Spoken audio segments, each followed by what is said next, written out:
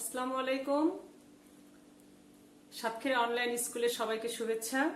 আমি নাজমিন আক্তার কেয়া, সহকারী শিক্ষক, কুমিরা বহুমুখী মাধ্যমিক বিদ্যালয়। তোমরা কেমন আছো? নিশ্চয়ই ভালো আছো, তাই না? আজও চলে এসেছি তোমাদের জন্য বায়োলজি ক্লাস নিয়ে। তোমরা তো বুঝতেই পারছো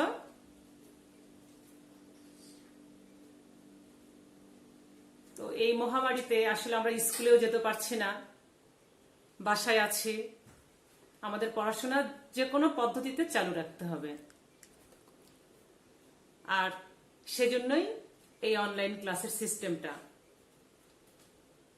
আর তোমরা তো আজ বেশ কিছুদিন ধরে এই ক্লাসটা দেখছো। আমি আশা করব আমার ক্লাসটা আজকেও অনেক সুন্দরভাবে দেখবে। সো ডিয়ার স্টুডেন্টরা,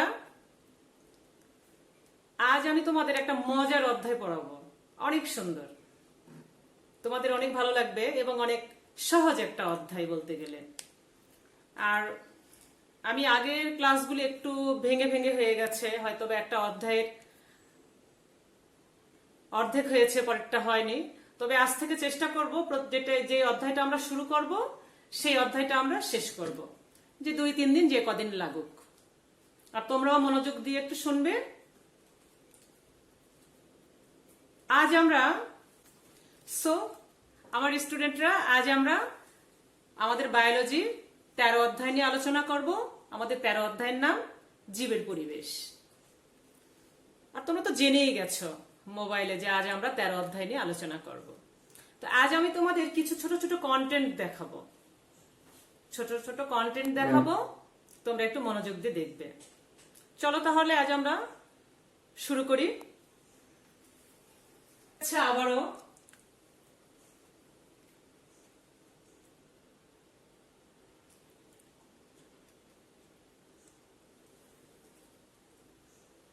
তোমরা ভালো করে ছবিটা খেয়াল করো, তোমরা এই যে চিত্রে দেখো অনেক উপাদান দেখা যাচ্ছে,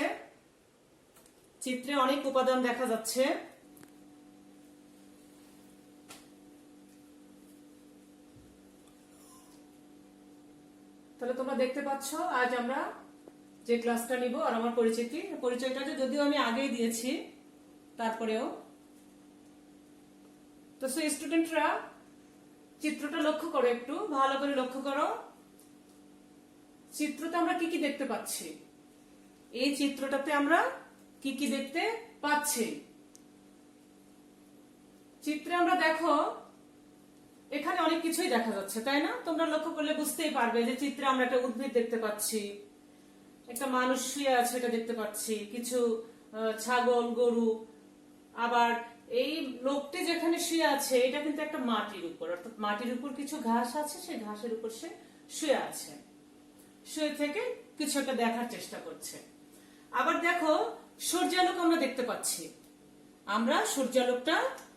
পাচ্ছি, তাহলে আমরা এখানে কিন্তু কি দেখতে পেলাম? কিছু প্রাণী দেখতে পেলাম, অর্থাৎ কিছু জীব দেখতে পেলাম। আমরা কিছু জীব দেখতে পেলাম, কিছু জড়ও দেখতে পেলাম। অর্থাৎ এই যে লোকটি মাটিতে শুয়ে আছে, এই যে একটা বায়ুমণ্ডল, এই সবকিছু কি? এই বায়ুমণ্ডল, কিছু জড় দেখতে পেলাম। আবার এই যে সূর্যালোক আসছে, সূর্যের আলো আসছে, এটা কি? এটা একটা ভৌত উপাদান। তাহলে এই এতগুলো পৃথিবীতে, এই পুরো পৃথিবীতে এই সবগুলোকে একত্রে পরিবেশ বলা হয়। এই পরিবেশে জীব সবচেয়ে সক্রিয়ভাবে কাজ করে, এবং প্রয়োজনীয় এই জীব সক্রিয়ভাবে কাজ করে, এবং জীবের প্রয়োজনীয় যে উপাদানগুলো আছে এই উপাদানগুলো জড়ের কাছ থেকে নিয়ে সে তার জীবন অতিবাহিত করে, এবং জীবন অতিবাহিত করার পর সে কি করে?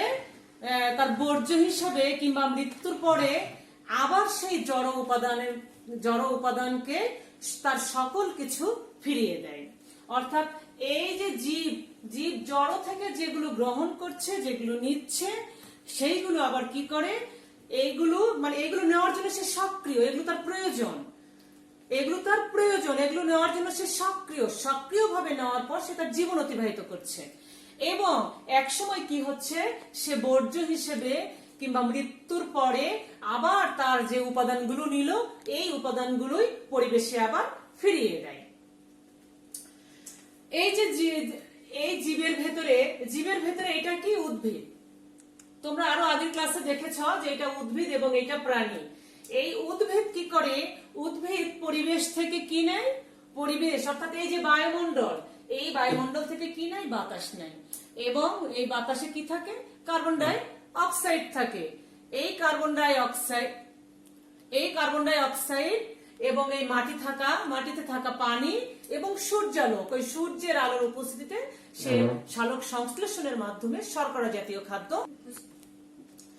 তাহলে এই যে উদ্ভিদ এবং প্রাণী এই জলের কাছ থেকে যে নিচ্ছে, জলের কাছ থেকে তার প্রয়োজনীয় উপাদানগুলো নিয়ে তার জীবনটা অতিবাহিত করছে। এই জীব প্রাকৃতিক পরিবেশের এই যে উদ্ভিদ ও প্রাণী, এই জীবের মধ্যে এবং এই জড়ের মধ্যে, অর্থাৎ উদ্ভিদ এবং প্রাণী মিলে জীব, এই জীব এবং জড়ের মধ্যে একটা সম্পর্ক তৈরি হয়েছে, একটা সম্পর্ক অর্থাৎ আদান প্রদানের একটা সম্পর্ক। এই সম্পর্ককে কি বলে বলো তো তোমরা? এই যে চিত্রের পরিবেশের এই উপাদানগুলো একে অপরের সাথে সম্পর্কিত। তোমরা তো অবশ্যই বলবে যে হ্যাঁ সম্পর্কিত, কারণ তোমরা 1 থেকে 9 পর্যন্ত অনেক কিছু পড়ে এসেছ। তো এই সম্পর্ককে আমরা কি বলতে পারি? হ্যাঁ, এই সম্পর্ককে বলা হয় কি, মিথস্ক্রিয়া। এই যে আদান প্রদানের যে সম্পর্ক, একে বলা হয় মিথস্ক্রিয়া। আর এই মিথস্ক্রিয়ার ভেতরে কি হয়, একটা আন্তঃসম্পর্ক ঘটে, একটা নিজেদের ভেতরের একটা সম্পর্ক ঘটে, নিজেদের ভেতরের একটা আদান প্রদান ঘটে। এই আদান প্রদানকেই বলা হয় কি, দেখো ভালো করে খেয়াল করো, এই আদান প্রদানকেই বলা হয় বাস্তুতন্ত্র বা ইকোসিস্টেম। তো তোমরা খাতায় লিখে নাও, আজকে আমাদের মূল টপিকটা হচ্ছে বাস্তুতন্ত্র, ইকোসিস্টেম। তোমরা সবাই খাতায় লিখে নাও। তো এই যে ইকোসিস্টেম, এই যে জীব এবং জড়ের ভেতরে যে একটা আন্তঃসম্পর্ক, এটা একটা কি, এটা সারা পৃথিবীতেই আছে, তবে একটা নির্দিষ্ট অঞ্চলে, অর্থাৎ আমরা বাস্তুতন্ত্র কি বলতে পারি, বাস্তুতন্ত্র বলতে পারি একটা নির্দিষ্ট অঞ্চলের জীব এবং জড়ের ভেতরে যে আদান প্রদান, এই আদান প্রদান অর্থাৎ জীব উদ্ভিদ প্রাণী জড়ের কাছ থেকে নিবে এবং সেইগুলো সে তার জীবন অতিবাহিত করবে, পরে আবার বর্জ্য হিসেবে ওই জড়ের কাছে সেটা ফিরিয়ে দেবে। এটাকেই কি বলবো আমরা, বাস্তুতন্ত্র। এই অংশটাকে, এই প্রক্রিয়াটাকেই বলবো কি আমরা, বাস্তুতন্ত্র।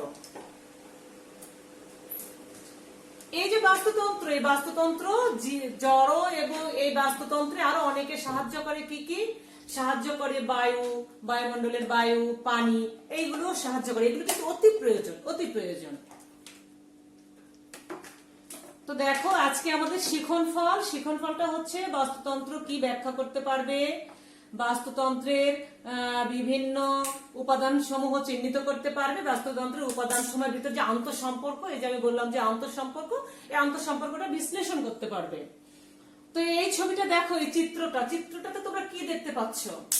দেখো চিত্রটা অনেক সুন্দর, তাই না? চিত্রে আমরা অনেক কিছু দেখতে পাচ্ছি। চিত্রে তোমরা একটু সুন্দর করে দেখলেই বুঝতে পারবে, বলতে পারবে। তো আমিও তোমাদের সাথে সাথে বলি। এই যে চিত্রে আমরা কিছু উদ্ভিদ, এই একটা জলাশয় দেখতে পাচ্ছি, এটা একটা জলাশয়, এইটা হচ্ছে মাটি, এই অংশটা কি মাটি, এই অংশটা কি বায়ুমণ্ডল, এই যে সূর্যের আলো কি সুন্দর করে দেখো আসছে, অনেক সুন্দর করে আসছে। এই কিছু সবুজ উদ্ভিদ, জলাশয়ের পাশ দিয়ে কিছু সবুজ উদ্ভিদ, কিছু কচুরিপানা, টোপাপানা, শাপলা, ছোট মাছ, বড় মাছ, সাপ, হাঁস, ফড়িং, কচ্ছপ, অনেক কিছু দেখা যাচ্ছে, অনেকগুলো দেখা যাচ্ছে। তাহলে এই যে বেঁচে থাকার জন্য, তাহলে তোমরা বলো বেঁচে থাকার জন্য জীব সম্প্রদায় এবং জড় পরিবেশের মাঝে যে নিবিড় সম্পর্ক, এই যে জীব সম্প্রদায় এবং জড়র ভিতরে, অর্থাৎ এই যে বায়ুমণ্ডলের থেকে যে বায়ু এই যে আসছে, কার্বন ডাই অক্সাইড আসছে, অক্সিজেন আসছে, আবার চলে যাচ্ছে, এইগুলো কি বায়ুমণ্ডলের, অর্থাৎ এইগুলো কিন্তু কিছু জড় উপাদানের ভেতরে পড়ে, জড় উপাদানের ভেতরে। আর এইগুলো হচ্ছে জীব উপাদান, যেগুলো জীবন আছে এগুলোই তো জীব আমরা বুঝতে পারি। তাহলে যে বেঁচে থাকার জন্য জীব সম্প্রদায়ের জড় পরিবেশের মাঝে নিবিড় সম্পর্ক, তাহলে এই যে নিবিড় সম্পর্ক, নিবিড় কথাটা কত সুন্দর না, নিবিড় মানে একেবারে পরিচর্যা যাকে বলা হয়, নিবিড় পরিচর্যা। তো ঠিক নিবিড় সম্পর্ক, এই নিবিড় সম্পর্কটাই কি, নিবিড় সম্পর্কটাই কি বাস্তুতন্ত্র। এটাই কিন্তু মূলত বাস্তুতন্ত্র। তাহলে বাস্তুতন্ত্র কি তোমরা খাতায় কিংবা মুখে মুখে একবার করে বলে ফেলো তো সবাই ঝটপট। বাস্তুতন্ত্র কি নিশ্চয়ই বলতে পারবে। জীব এবং জড়ে সংক্ষেপে বলে ফেলবে একেবারে, অনেক বেশি না বললেও এটুকু বললেও হবে যে জীব এবং জড়ে এর ভেতরে যে আন্তঃসম্পর্ক, যে মিথস্ক্রিয়া বা আন্তঃসম্পর্ক, তাকে বাস্তুতন্ত্র বলে। তাহলে এই যে এটা একটা বাস্তুতন্ত্র, কিন্তু এটাকে আমরা একটা বাস্তুতন্ত্র বলতে পারি না? অবশ্যই বলতে পারি। তাহলে এই বাস্তুতন্ত্রে কি কি উপাদান দেখতে পাচ্ছ তোমরা? বাস্তুতন্ত্রে আমরা তাহলে এই বাস্তুতন্ত্রে দেখতে পাচ্ছি জীব উপাদান, অর্থাৎ এই যে এইগুলো জীব, তারপরে জড় উপাদান এবং ভৌত উপাদান। আমরা কি কি দেখতে পাচ্ছি? জীব, জড় এবং ভৌত উপাদান। তাহলে এই জীব সম্প্রদায়, পরিবেশের জড় পদার্থ এবং ভৌত, এই মিলেই কিন্তু একটা বাস্তুতন্ত্র গড়ে ওঠে। একটা নির্দিষ্ট জায়গায় একটা বাস্তুতন্ত্র গড়ে ওঠে। সেই একই কথা, ঘুরে ফিরে একই কথা, একই জিনিস, মূল থিমটা কিন্তু একই, জীব, জড় ও ভৌত। জীব, জড় ও ভৌত একই জিনিস। এই যে জীব, জড় এবং ভৌত, এই প্রত্যেকটির, অর্থাৎ এইটা এইটা এইটা, এর প্রত্যেকটার আবার কিন্তু ছোট ছোট উপাদান আছে। এই তিনটা কিন্তু প্রধান উপাদান। একটা বাস্তুতন্ত্রের এই তিনটা হচ্ছে প্রধান উপাদান। এই তিনটার আবার ছোট ছোট উপাদান আছে, এই তিনটার আবার ছোট ছোট উপাদান আছে। এর ভেতরে জীবটাই সবচেয়ে বৈচিত্র্যময়তা, একেবারে সুন্দর, অনেক বৈচিত্র্যময় জীবের ভেতরে লক্ষ্য করা যায়। তাহলে আজ আমরা প্রথমে জড় উপাদানটা নিয়ে আলোচনা করি। জড় উপাদানটা কি? পরিবেশের জড় পদার্থগুলো জীব উপাদানের, পরিবেশের জড় পদার্থগুলো জীব উপাদানের জন্য বাসস্থান নির্মাণ করে। অর্থাৎ এই যে জড় যে উপাদানগুলো, এই জড় উপাদানগুলো জীব উপাদানের জন্য কি করে? বাসস্থান নির্মাণ করে, শ্বসনের জন্য অক্সিজেন যোগায়। এইগুলি হচ্ছে জড় উপাদানের মূল কাজ। অর্থাৎ জীবের ভেতরে পুষ্টি যোগায়, জীবের ভেতরে পুষ্টি যোগায়। এইগুলি হচ্ছে জড়ের গুরুত্বপূর্ণ কাজ। কি করে? জীবের জন্য বাসস্থান নির্মাণ করে, অক্সিজেন অর্থাৎ শ্বসনের জন্য অক্সিজেন, তারপরে হচ্ছে জীবের জন্য বেশি বেশি পুষ্টি দেয়, জীবকে দেয়। তো এই যে বাস্তুতন্ত্রের যে জড় উপাদান, এই জড় উপাদানকে আবার, এই বাস্তুতন্ত্রের যে জড় উপাদান, এই জড় উপাদানকে আবার দেখো, অর্থাৎ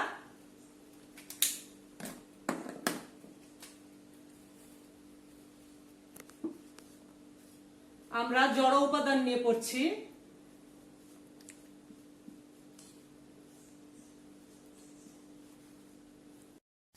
তাহলে আমরা জড় উপাদানকে কি দেখলাম? যে জড় উপাদান হচ্ছে দুই ধরনের।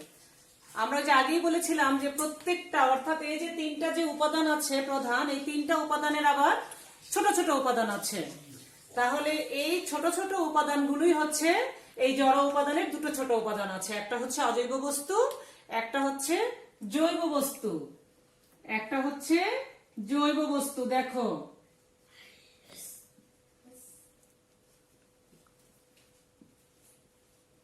তাহলে একটা হচ্ছে অজৈব বস্তু আর একটা হচ্ছে জৈব বস্তু। এই যে অজৈব বস্তু, এই অজৈব বস্তুগুলোর ভিতরে কি আছে? তোমরা এই যে চিত্রটা খেয়াল করেছো, চিত্রটা, অজৈব বস্তুর ভেতরে আছে কি? এই যে পানি, অর্থাৎ এই যে একটা আমরা বাস্তুতন্ত্র দেখেছি এখানে, এই পানিটা হচ্ছে অজৈব বস্তুর ভেতরে পড়ে মাটি, তারপরে মাটিতে থাকা বিভিন্ন রকম খনিজ পদার্থ, এগুলো হচ্ছে অজৈব বস্তু। এই যে অজৈব বস্তুগুলো অর্থাৎ মাটি, পানি, বায়ু, মাটিতে থাকা খনিজ পদার্থ, এইগুলো কি হয়, এইগুলো কিন্তু, এই পদার্থগুলো কিন্তু জীব সৃষ্টি হওয়া অর্থাৎ জীব পৃথিবীতে উদ্ভব হওয়ার আগেও এগুলো কিন্তু ছিল পৃথিবীতে। জীব উদ্ভব হওয়ার আগেও কিন্তু এই মাটি, পানি, বায়ু এগুলো পৃথিবীতে ছিল, আর সেগুলোই হচ্ছে বাস্তুতন্ত্রের অজৈব উপাদান। সেগুলোই বাস্তুতন্ত্রের কি অজৈব উপাদান। যেমন আরো অনেক কিছু আছে অজৈব বস্তুর ভিতর, ক্যালসিয়াম আছে, পটাশিয়াম আছে, অক্সিজেন আছে, কার্বন ডাই অক্সাইড আছে, এগুলো কিন্তু সবই অজৈব উপাদান, অর্থাৎ এগুলো সবই জড় উপাদানের একটা অংশ। তাহলে শিক্ষার্থীরা আমরা কি জানলাম, যে এই জড় উপাদানের আবার দুটো ছোট উপাদান আছে, একটা হচ্ছে অজৈব বস্তু, একটা জৈব বস্তু। অজৈব বস্তু আমরা কি কি পড়লাম, মাটি, পানি, বায়ু, calcium, potassium, nitrogen, carbon die oxide, oxygen, এইগুলো ইত্যাদি। এরপরে হচ্ছে কি দ্বিতীয়টা কি জৈব বস্তু। জড়ের দ্বিতীয় উপাদানটা কি জৈব বস্তু। জৈব বস্তুগুলো কি, জৈব বস্তু মূলত হচ্ছে উদ্ভিদ এবং প্রাণীর যে বর্জ্য কিংবা জীবের মৃতদেহ থেকে যেসব জড় বস্তুতে ফিরে আসে, যেসব জড় বস্তু বাস্তুতন্ত্রে ফিরে আসে, জড়গুলো বাস্তুতন্ত্রে ফিরে আসে। অর্থাৎ তার মানে ভালো করে একটু তোমাদের ক্লিয়ারলি বলি, যে একটা প্রাণী কিংবা একটা উদ্ভিদ মারা যাবে, মারা যাওয়ার পর এটা কি হয় আমরা স্বাভাবিকভাবেই দেখি। তোমরা দেখবে তোমাদের উঠোনে, তোমাদের স্কুলের আঙিনায় অনেক গাছ থাকে, অনেক শীতকালে প্রচুর পাতা পড়ে, তাহলে এই পাতাগুলো ঝাড়ু দিয়ে কি করা হয়, একটা নির্দিষ্ট জায়গায় ফেলে দেওয়া হয়। সেই পাতাগুলো কি সেই জায়গায় থাকে? যদি থাকতো তাহলে একসময় স্তূপ তৈরি হতো, কিন্তু না, এগুলো কি হয়, এগুলো আস্তে আস্তে মাটির সাথে মিশে যায়। তার মানে কি, এই যে গাছটা যে বেঁচে ছিল, এই জড়ের কাছ থেকে যে পুষ্টি উপাদানগুলো নিয়েছিল, এগুলো তার ভিতরে ছিল, এইগুলো মারা যাওয়ার পর মাটির সাথে যখন মিশে গেল, তখন আবার সেই জড়ের কাছে ফিরে গেল। এটাকেই বলা হয় কি জৈব বস্তু। ওটাকেই বলা হয় জৈব বস্তু, কিংবা আর একটা সুন্দর নাম আছে, তোমরা চেনো সেই নামটা হচ্ছে হিউমাস। সেটা কি হিউমাস। এই হিউমাসে অর্থাৎ এই হিউমাসের উপাদান আবার কি ইউরিয়া। উদ্ভিদ হিউমাসের উপাদান কি ইউরিয়া।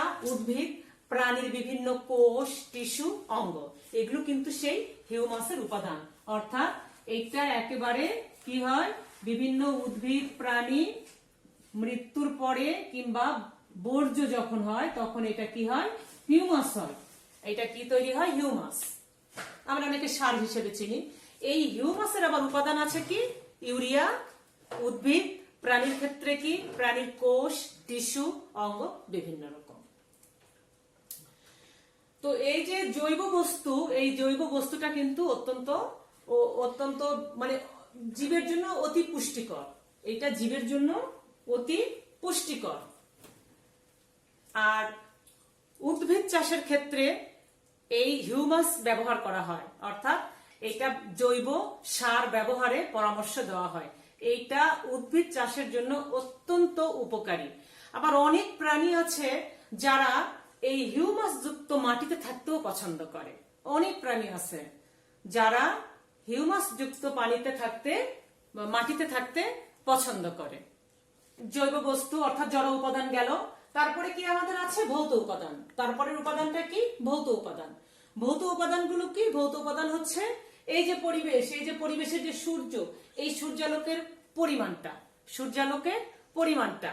আবার দেখো আমাদের যে বায়ুমণ্ডল আছে, বায়ুর চাপ, তাপমাত্রা, আবার বায়ুর চাপ, তাপমাত্রা, বায়ু প্রবাহ, ভূপৃষ্ঠ থেকে সমুদ্রের গভীরতা, সমুদ্রের উচ্চতা অর্থাৎ মাটির গভীরতা, পানির নিচের গভীরতা, আবার উচ্চতা, এগুলোই কিন্তু ভৌত উপাদান। এগুলো জীবের জন্য মানে এগুলো বাস্তুতন্ত্রকে নানাভাবে প্রভাবিত করে এগুলো।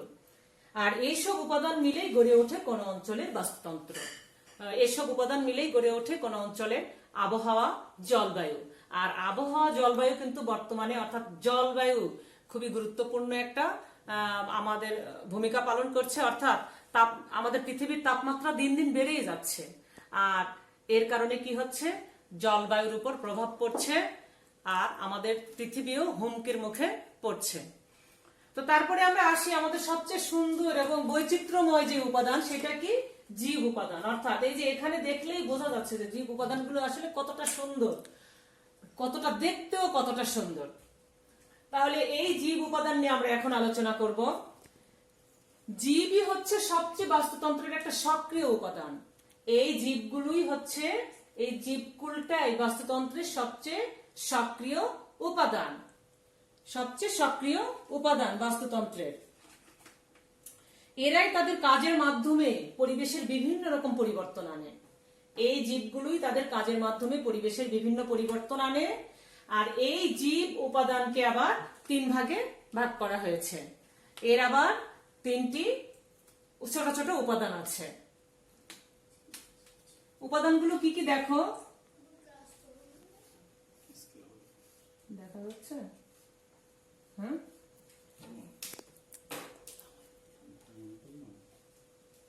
এই জীব উপাদান, এর আবার 3টি ছোট উপাদান আছে। একটা হচ্ছে উৎপাদক, একটা উপাদান হচ্ছে উৎপাদক, আর একটা হচ্ছে খাদক, আর আরেকটা হচ্ছে বিয়োজক। এই জীব, আমরা আগেই বলেছিলাম যে প্রত্যেকটা প্রধান উপাদানের আবার কিছু ছোট ছোট উপাদান আছে। তাহলে এই জীব উপাদানের আবার 3টা উপাদান আছে, একটা উৎপাদক, একটা খাদক, একটা বিয়োজক। তো প্রথমে আমরা উৎপাদক সম্পর্কে পড়ি। এই যে উৎপাদক, উৎপাদকটা কি? উৎপাদক মূলত সবুজ উদ্ভিদকেই বোঝানো হয়েছে, অর্থাৎ উদ্ভিদকুলকে বোঝানো হয়েছে, পুরো উদ্ভিদকুলকে বোঝানো হয়েছে উৎপাদক হিসেবে। সবুজ উদ্ভিদ কি করে? সূর্যালোকের উপস্থিতিতে, এই যে সবুজ উদ্ভিদগুলো, এই সূর্যালোকের উপস্থিতিতে বাতাস থেকে কার্বন ডাই অক্সাইড, মাটি থেকে পানি নিয়ে কি করে? শর্করা জাতীয় খাদ্য তৈরি করে। এই শর্করা জাতীয় খাদ্য তো তৈরি করে, সাথে সাথে আবার কি করে? সাথে সাথে অক্সিজেন, অর্থাৎ এই যে দেখো, তোমরা ভালো করে বুঝতে পারছো কিনা, এই যে অক্সিজেন, এই অক্সিজেনটা আবার কি করে? উপজাত হিসেবে ত্যাগ করে। আমরা সালোক সংশ্লেষণ প্রক্রিয়াটা তো প্রথম থেকেই পড়ে এসেছি, সেই প্রাইমারি লেভেল থেকে। তাহলে সবুজ উদ্ভিদ সূর্যালোকের উপস্থিতিতে বায়ুমণ্ডলে থাকা কার্বন ডাই অক্সাইড, অর্থাৎ সেই আমাদের অজৈব উপাদান, তারপরে হচ্ছে কি ভৌত উপাদান সূর্যালোক, এবং মাটিতে থাকা পানি, এই সবগুলোর সংমিশ্রণে কি তৈরি করলো? কার্বোহাইড্রেট জাতীয় খাদ্য তৈরি করলো এবং উপজাত হিসেবে অক্সিজেন ত্যাগ করলো। এই সবুজ উদ্ভিদ এই যে শর্করা জাতীয় খাদ্য তৈরি করলো, খাদ্য তৈরি করার পর কি করে? ও নিজের জন্য যতটুকু প্রয়োজন ততটুকু ব্যবহার করে, করে বাকিটা শরীরে সঞ্চিত অবস্থায় থাকে, শরীরে সঞ্চিত অবস্থায় থাকে। এই সবুজ উদ্ভিদকে কিন্তু অন্য কোনো জীবের উপর কিংবা অন্য কোনো কিছুর উপর নির্ভর করতে হয় না খাদ্যের জন্য। এই জন্য একে আবার স্বভোজী বলা হয়, এই জন্য একে আবার স্বভোজীও বলা হয়। সবুজ উদ্ভিদ, এই যে উৎপাদক কেন বলা হয়েছে সবুজ উদ্ভিদকে? কারণ সে খাদ্যটা উৎপাদন করছে, কারখানা, খাদ্য তৈরির কারখানা ওইটা, এই জন্যই একে বলা হয় কি? উৎপাদক। ওখান থেকে উৎপন্ন হচ্ছে খাদ্য, এই জন্য সবুজ উদ্ভিদকে বলা হয় উৎপাদক। এরপরে আমাদের কি আছে? এরপরে আছে খাদক। এরপরে হচ্ছে খাদক। এই যে খাদক, অর্থাৎ কোন পরিবেশের যে কোন প্রাণী পরিবেশের যে জড় পদার্থ থেকে খাদ্য তৈরি করতে পারে না, কিন্তু কোন প্রাণী পরিবেশের জড় পদার্থ থেকে খাদ্য তৈরি করতে পারে না। আমি কি শুধু পানি দিয়ে ওই আগুন জ্বালায় কি ভাত রান্না করতে পারবো? পারবো না। তোমরা কি পারবে? পারবে না। এর কারণ কি? এইগুলো দ্বারা হবে না। ভাত রান্না করতে গেলে কি করতে হবে? আমাদের চাল নিতে হবে, পানি নিতে হবে, আগুন লাগবে। তাহলে এই যে চাল, পানি, চালটা হচ্ছে আমাদের প্রধান, চালটা কি? প্রধান উপাদান। তাহলে এই চাল কোথা থেকে আসে? চাল আসে উদ্ভিদ থেকে। তাহলে উদ্ভিদ কি করলো? উদ্ভিদ খাদ্য তৈরি করলো। তাহলে কোনোভাবেই কিন্তু আমরা নিজেরা নিজের খাদ্য তৈরি করতে পারি না। তাহলে যারা নিজের খাদ্য নিজে তৈরি করতে পারে না, তাদেরকে কি বলা হয়? তাদেরকে আবার আরেক ভাষায় বলা হয় কি? পরভোজী। এই যারা নিজের খাদ্য নিজে তৈরি করতে পারে না, তারা প্রত্যক্ষভাবে হোক পরোক্ষভাবে হোক তারা কি করে? এই উদ্ভিদের উপর নির্ভরশীল। তারা এই উদ্ভিদের উপর নির্ভরশীল, তাই এদের বলা হয় পরভোজী জীব। তাই প্রাণীদেরকে বলা হয় কি? পরভোজী জীব। এই যে খাদক, এই খাদক আবার 4 রকমের আছে। এই খাদক আবার দেখো,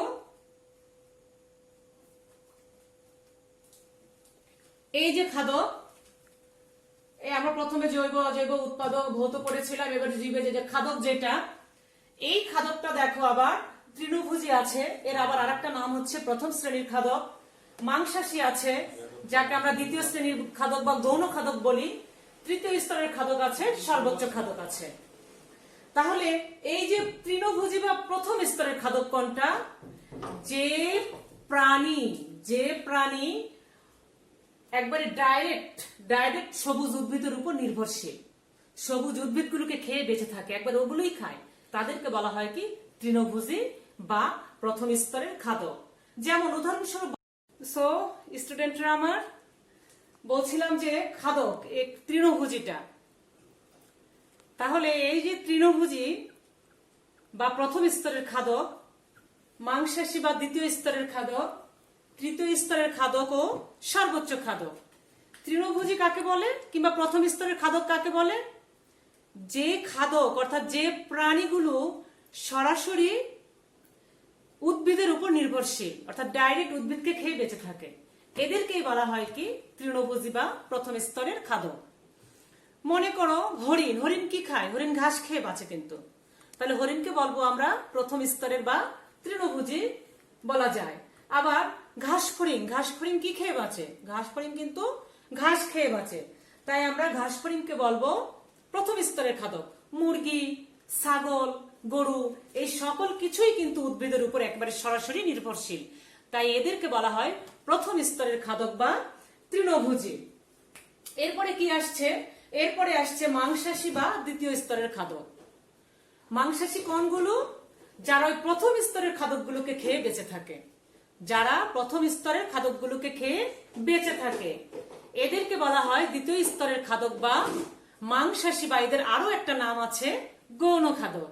এদের আরো একটা নাম আছে কি? গৌণ খাদক। মনে করো বাঘ কাকে খায়? হরিণ খায়।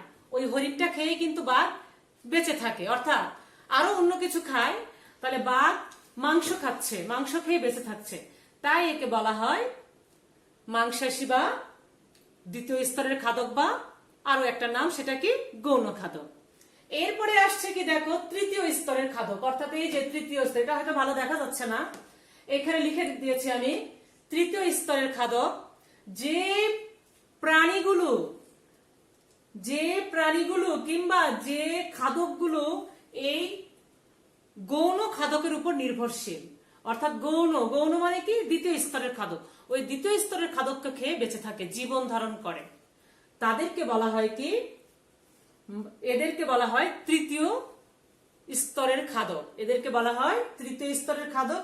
এদের আবার সর্বোচ্চ খাদকও বলা যায়, এদেরকে আবার সর্বোচ্চ খাদকও বলা হয়, যেমন সাপ, ময়ূর, বাঘ ইত্যাদি, এরা এই শ্রেণীর খাদক। আর একটা বিশেষ শ্রেণীর খাদক আছে, যারা জীবন্ত প্রাণী কিংবা আবর্জনা খেতে পছন্দ করে, খুব বেশি পছন্দ করে। আমাদের এক একজনের যেরকম বিভিন্ন পছন্দের খাবার আছে না, এদেরও আছে, তাহলে এইগুলো খেতে এরা পছন্দ করে। তাহলে এদেরকে আবার বলা হয় কি? এদেরকে বলা হয় ধাঙ্গর বা আবর্জনা ভূ। এদেরকে বলা হয় ধাঙ্গর বা আবর্জনা ভূ। আবার এরা কিন্তু আমাদের অনেক উপকার করে, এরা আবর্জনা জাতীয় যেগুলো আছে এগুলোকে খেয়ে এরা পরিবেশটাকে পরিষ্কার রাখে, সুন্দর রাখে, নির্মল রাখে। যেমন ধরো কাক, শকুন তো এখন দেখাই যায় না। শিয়াল কি করে? মুরগি খেয়ে নেয়, শিয়াল কিন্তু মুরগি খেয়ে নেয়। এই আর তারপরে কি আছে দেখো, কখনো কখনো বাস্তুতন্ত্রে এমনও প্রাণী আছে যারা বিভিন্ন স্তরের খাদক খেয়ে বেঁচে থাকে, অর্থাৎ বিভিন্ন স্তরের খাদক খায়। প্রথম স্তরের খাদককেও খায়, দ্বিতীয় স্তরের খাদককেও খায়। এদেরকে বলা হয় কি? এদেরকে বলা হয় তৃণভোজী, মাংসাশী, এই সবকিছুই বলা যায়। সর্বভুক বলা হয়, সর্বভুকও বলা যায়। যেমন ধরো মানুষ, একটা মানুষ কি খায়? আমরা মানুষ, আমরা কিন্তু সব রকম খাবার খাই। আমরা প্রথম স্তরের কি খাচ্ছি? সেই শাক, লতা পাতা, কচু শাক থেকে শুরু করে সবকিছু। এরপরে মাংসাশী প্রাণী খাচ্ছি, আমরা গরু, ছাগল, মুরগি এইগুলো খাচ্ছি। হরিণের মাংস খাওয়া যায়, যদি খাওয়া অন্যায়, খাওয়া যাবে না আইন অনুযায়ী, এইগুলো খাই। আবার আমরা হচ্ছে এই সবগুলোই খাওয়া যায়। এই হচ্ছে আমাদের বাস্তুতন্ত্রের উপাদানগুলো। এইখানে স্পষ্ট দেখা যাচ্ছে কিনা জানি না। এই হচ্ছে আমাদের বাস্তুতন্ত্রের উপাদানগুলো। অর্থাৎ আমাদের বাস্তুতন্ত্রের 3টা উপাদান ছিল, একটা উৎপাদক, একটা খাদক, একটা উৎপাদক, একটা খাদক এবং বিয়োজক। আমাদের বাস্তুতন্ত্রের এই উপাদানগুলো ছিল। প্রথম উপাদান 3টা ছিল কি? প্রধান 3টা উপাদান কি ছিল? জড় উপাদান, ভৌত উপাদান, জীব উপাদান। এরপরে আবার জীব উপাদানের 3টা আবার ছোট ছোট উপাদান ছিল, উৎপাদক, খাদক এবং বিয়োজক। এই খাদকের আবার অনেকগুলো ভাগ ছিল। এরপরে দেখো আমাদের শেষের যে উপাদান সেটা হচ্ছে কি? অর্থাৎ জীবজ উপাদানের লাস্ট যে উপাদানটা, ছোট উপাদান, এটা হচ্ছে ডিকম্পোজার বা বিয়োজক। বিয়োজক তার মানে কি? বিয়োগ করে ফেলে, শেষ করে ফেলে, তাই না? তাহলে এইটা কি? এইটা হচ্ছে ব্যাকটেরিয়া, ছত্রাক। আমরা সেই ক্লাস 7 অণুজীব সম্পর্কে পড়ে এসেছিলাম। সেই এই অণুজীবগুলো কি করে? এই অণুজীবগুলো মৃতদেহ বা প্রাণীর বর্জ্য যে পদার্থগুলো আছে এগুলোর উপর নির্ভর করে বেঁচে থাকে। অর্থাৎ এই মৃতদেহের খাবারগুলো শোষণ করে বেঁচে থাকে। এর কারণে কি হয়? এই যে সে বর্জ্য পদার্থ বা মৃতদেহের উপর নির্ভরশীল, এর কারণে কি হয়? ওই বর্জ্য পদার্থ এবং মৃতদেহগুলো আস্তে আস্তে মাটির সাথে মিশে যায়, বিলীন হয়ে যায়। এর কারণে সেই, মনে করো একটা গাছের অনেক পাতা, তাহলে এই পাতাটাও কিন্তু সেই তৃণভোজী উদ্ভিদের একটা অংশ। অনেক পাতা হয়ে গেল এক জায়গায় জমা, এই পাতাটা কোথাও রেখে দিলে কি হয়? সেটা আবার আমরা মাটির সাথে মিশে কিছুদিন পর দেখবো তো সেটা আর ওই জায়গায় ওই রকম নেই, আস্তে আস্তে পচে যাচ্ছে, তারপর মাটির সাথে মিশে যাচ্ছে। উদ্ভিদের পাতা, এটা কিন্তু উদ্ভিদেরই একটা অংশ। এর ভেতরে কিন্তু সেই জড়ের অনেক উপাদানগুলো আছে, যে জড় থেকে যেগুলো গ্রহণ করেছিল, সে জড় উপাদান থেকে সে গ্রহণ করেছিল। এবার ডিকম্পোজার দ্বারা সে কি হলো? সে শোষিত হলো, বিয়োজিত হয়ে গেল এবং মাটির সাথে মিশে গেল। মিশে যে ওর ভিতরে যে উপাদানগুলো আছে, এই উপাদানগুলো আবার জড় উপাদানের সাথে অ্যাডজাস্ট হয়ে গেল, অর্থাৎ সে পরিবেশকে আবার ফিরিয়ে দিল। কিন্তু সাহায্য করলো কে? সাহায্য করলো সেই ডিকম্পোজার, অর্থাৎ বিয়োজকগুলো। কোনগুলো? ছত্রাক, ব্যাকটেরিয়া, যেগুলো আমরা খালি চোখে দেখতে পাই না। এই জন্য এদেরকে আবার কি বলা হয়? এদেরকে আবার পরিবর্তকও বলা হয়। অর্থাৎ তারা পরিবর্তন করে ফেলে।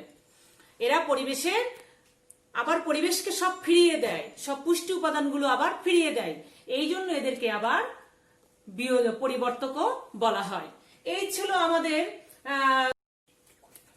তো আমার প্রিয় স্টুডেন্টরা, মোটামুটি ছোট ছোট কন্টেন্ট থেকে শুরু করে অনেক কিছুই অল্প সময়ের ভিতর যতটুকু সম্ভব তোমাদের দেখিয়েছি। তো তোমাদের একটু মূল্যায়ন করি আজকে, অল্প একটু মূল্যায়ন করি। তোমরা এই ছবিটা খেয়াল করো, দেখো ছবিটা দেখতে পাচ্ছ নিশ্চয়। এই যে চিত্রটা দেখা যাচ্ছে, এই চিত্রের পরিবেশের জড় এবং জীব উপাদানের সম্পর্ককে কি বলা যেতে পারে? আমরা এতক্ষণ তো বাস্তুতন্ত্রের উপাদান নিয়ে আলোচনা করেছিলাম, তাই না? এই চিত্রটারও আরেক রকম চিত্র দেখেছিলাম। তোমরা নিশ্চয়ই পারবে, কারণ এটা অনেক সুন্দর একটা অধ্যায়।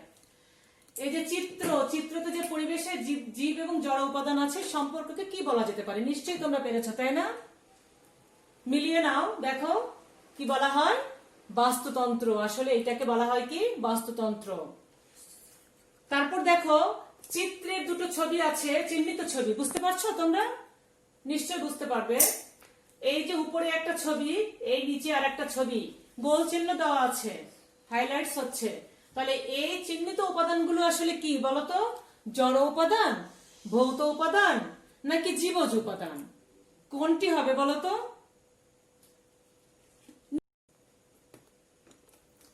তো আমরা এই যে তোমাদেরকে একটা সুন্দর বাস্তুতন্ত্রের ছবি দেখিয়ে শেষ করছি আজকে। আর তোমরাই পারবে একটা সুস্থ বাস্তুতন্ত্র এই পৃথিবীকে উপহার দিতে। তোমরাই আগামীর ভবিষ্যৎ। সবাইকে ধন্যবাদ।